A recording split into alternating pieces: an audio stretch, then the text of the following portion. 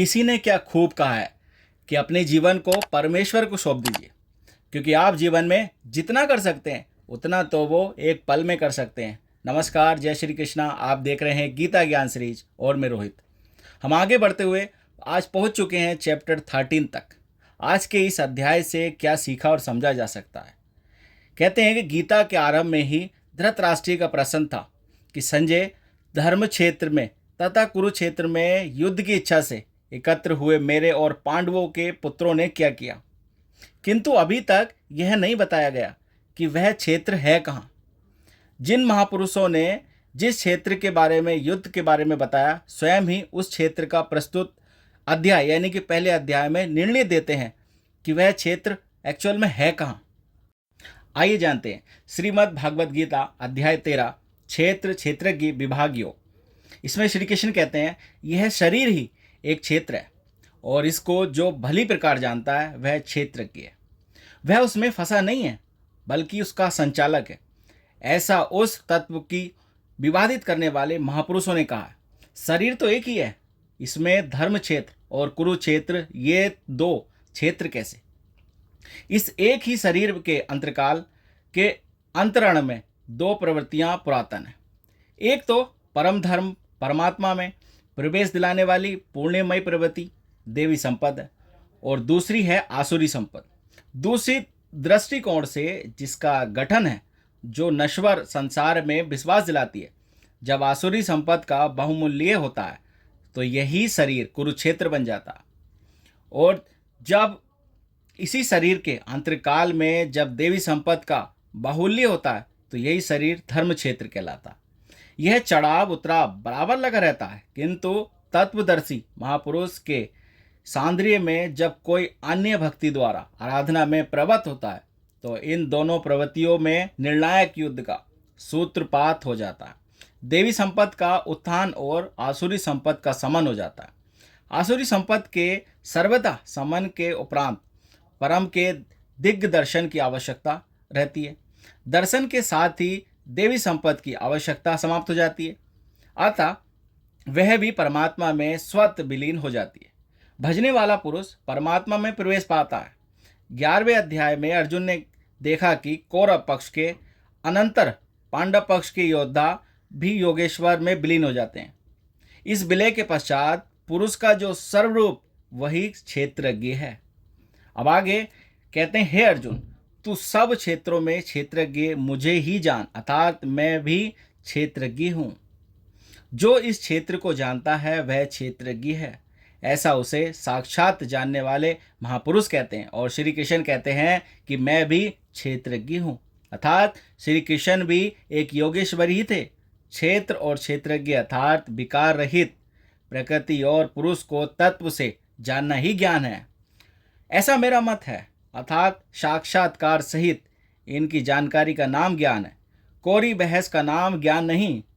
वह क्षेत्र जैसा है और जिन विकारों वाला है तथा जिस कारण से हुआ है, तथा वह क्षेत्रज्ञ भी जो है जिस प्रभाव वाला है, वह सब मुझ में या मुझसे संक्षेप है।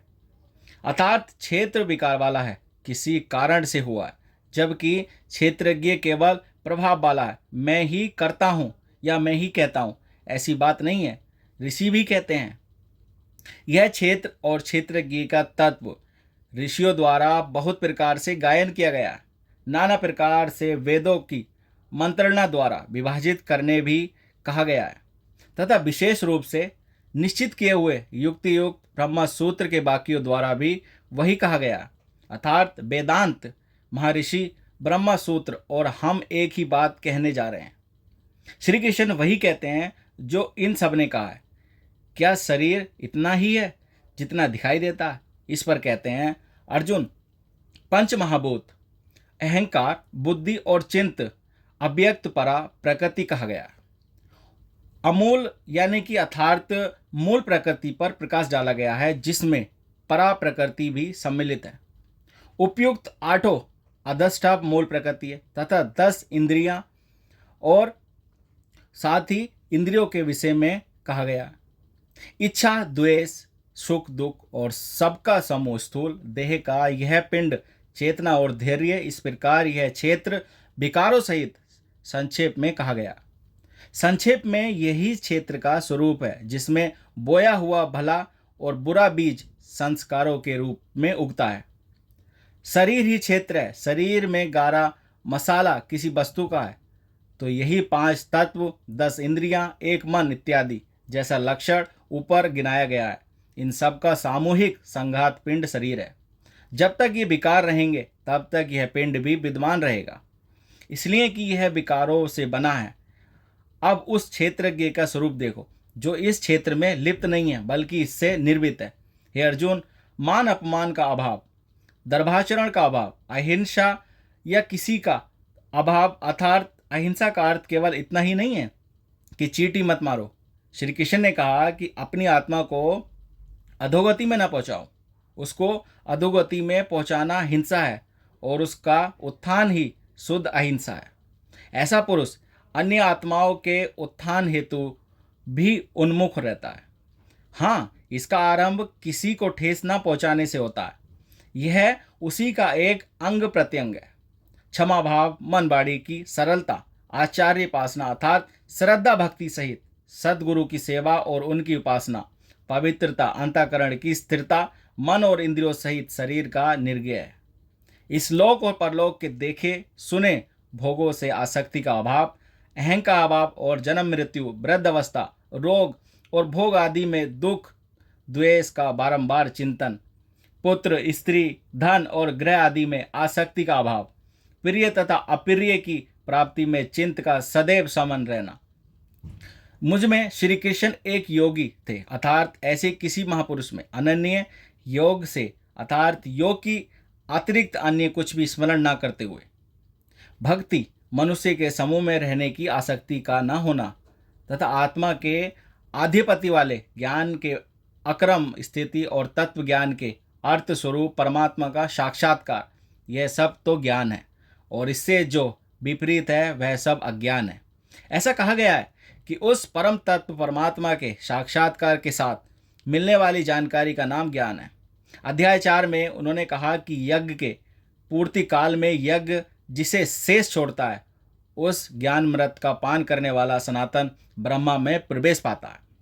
अतः ब्रह्मा के साक्षात्कार के साथ मिलने वाली जानकारी ज्ञान है। यहाँ भी वही कहते हैं कि तत्व स्वरूप परमात्मा के साक्षात्कार का नाम ज्ञान है, इसके विपरीत सब अज्ञान है इत्यादि उपयुक्त लक्षण इस ज्ञान के पूरक हैं। यह प्रश्न पूरा हुआ।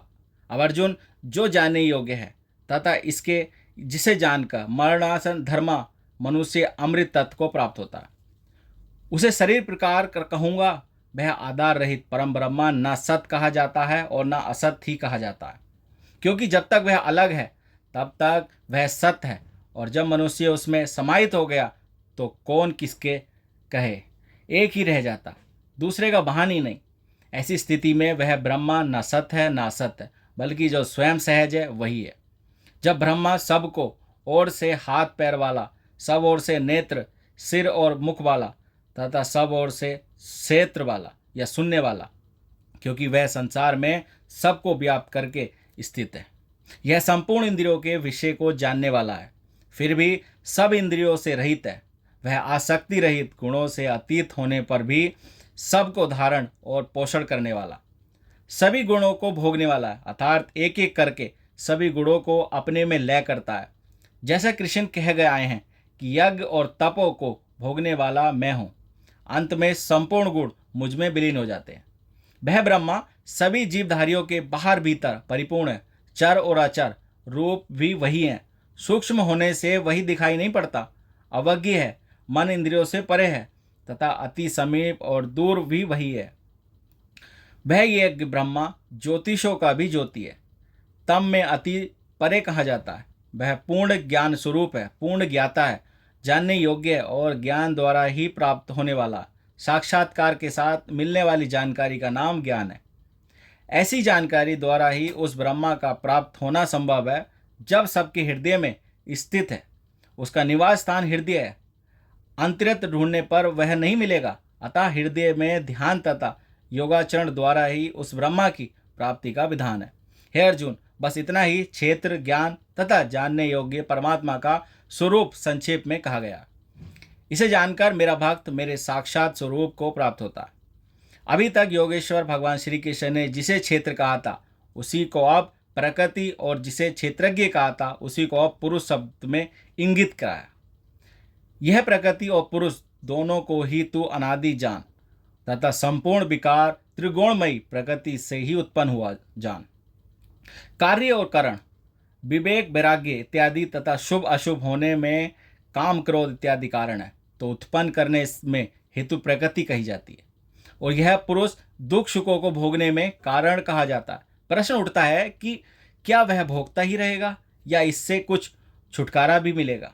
जब प्रकृति और पुरुष दोनों ही अनादि हैं, तब कोई इनसे छूटेगा कैसे? इस पर श्री कृष्ण कहते हैं, प्रकृति के बीच में खड़ा होने वाला पुरुष ही प्रकृति से उत्पन्न हुए गुणों के कार्य रूप पदार्थों को भोगता है, और इन गुणों का संग ही इस जीवन के अच्छी और बुरी योनियों में जन्म लेने का कारण है। यह कारण अर्थात प्रकृति के गुणों का संग समाप्त होने पर ही जन्म मृत्यु से मुक्ति मिलती है। अब उस प्रकाश पुरुष पर भी प्रकाश डालते हैं कि वह किस प्रकार प्रकृति में खड़ा है।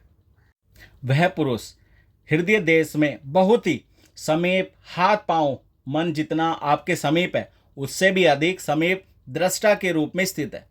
उसके प्रकाश में आप भला करें बुरा करें उससे कोई प्रयोजन नहीं।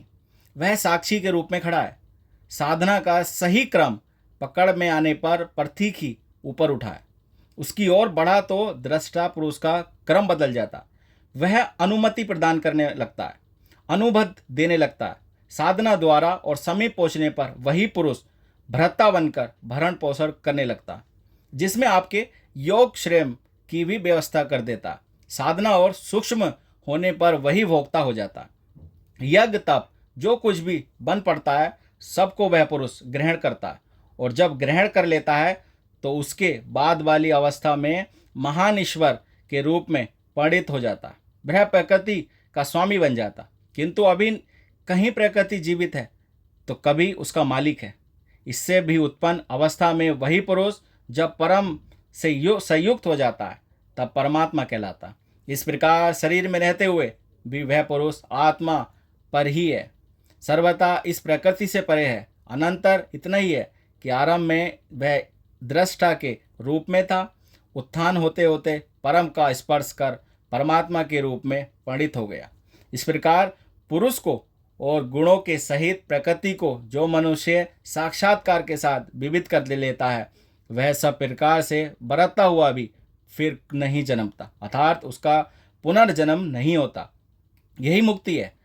अभी तक योगेश्वर श्री कृष्ण ने ब्रह्मा और प्रकृति की प्रत्यक्ष जानकारी के साथ मिलने वाली परम गति अर्थात उसका पुनर्जन्म से निर्वेद पर प्रकाश डाला, और अब वे उस योग पर बल देते हैं जिसकी प्रतिक्रिया है आराधना, क्योंकि इस कर्म को कार्य रूप दिए बिना कोई पाता नहीं है। हे अर्जुन, उस परमात्मा को कितने ही मनुष्य तो अपने अंत चिंतन से ध्यान के द्वारा हृदय देश में देखते हैं, कितने ही सांख्य योग के द्वारा, और अन्य बहुत से उसे निष्काम कर्म योग के द्वारा देखते हैं।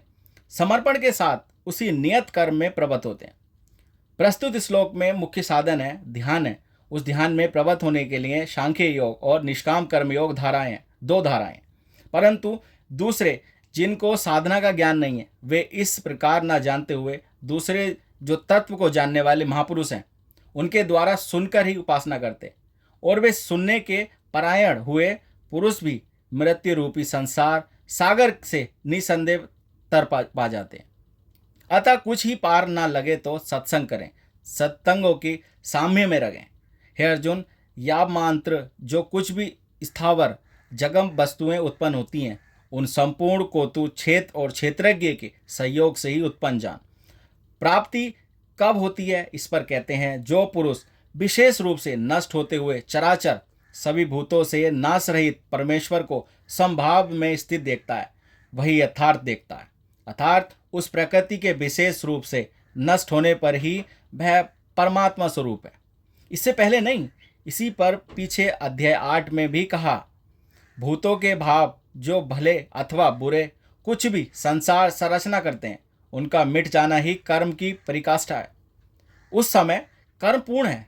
वही यहाँ भी यही कहते हैं कि जो चराचर भूतों को नष्ट होते हुए और परमेश्वर को समभाव में स्थित देखता है वही सही देखता है, क्योंकि वह पुरुष सर्वत्र समभाव में स्थित परमेश्वर को समान जैसा है वैसा ही समान देखता हुआ अपने द्वारा स्वयं को नष्ट नहीं करता, क्योंकि जैसा था वैसा उसने देखा, इसलिए वह परम गति को प्राप्त होता है। प्राप्ति वाले पुरुष के लक्षण बताते हैं। जो पुरुष संपूर्ण कर्मों को सब प्रकार से प्रकृति के द्वारा ही किया जाता है, अर्थात जब तक प्रकृति है तभी तक कर्मों का होना देखता है, अथवा आत्मा को अकर्ता देखता है, यही अर्थात देखता है, जिसके काल में मनुष्य भूतों के न्यारे न्यारे भावों को एक परमात्मा में प्रभावित स्थित देखता है तथा उस परमात्मा में ही संपूर्ण भूतों का विस्तार देखता है। उस समय वह ब्रह्मा को प्राप्त होता है। जिस क्षण यह अवस्था आ गई उसी क्षण वह ब्रह्मा को प्राप्त होता है। यह क्षण भी स्थित प्रज्ञ महापुरुष की ही है। हे कुंती पुत्र, अनादि होने से और गुणतीत होने से यह अविनाशी परमात्मा शरीर में स्थित होते हुए भी वास्तव में ना करता और ना लिप्त होते ही होता है। किस प्रकार? जिस प्रकार सर्वत्र व्याप्त हुआ आकाश सूक्ष्म होने के कारण लिप्त नहीं होता, ठीक वैसे ही सर्वत्र देह में स्थित हुआ भी आत्मा गुणातीत होने के कारण देह के गुणों से लिप्त नहीं होता। इस पर आगे कहते हैं, अर्जुन, जिस प्रकार एक ही सूर्य संपूर्ण ब्रह्मांड को प्रकाशित करता, उसी प्रकार एक ही आत्मा संपूर्ण क्षेत्र को प्रकाशित करती है।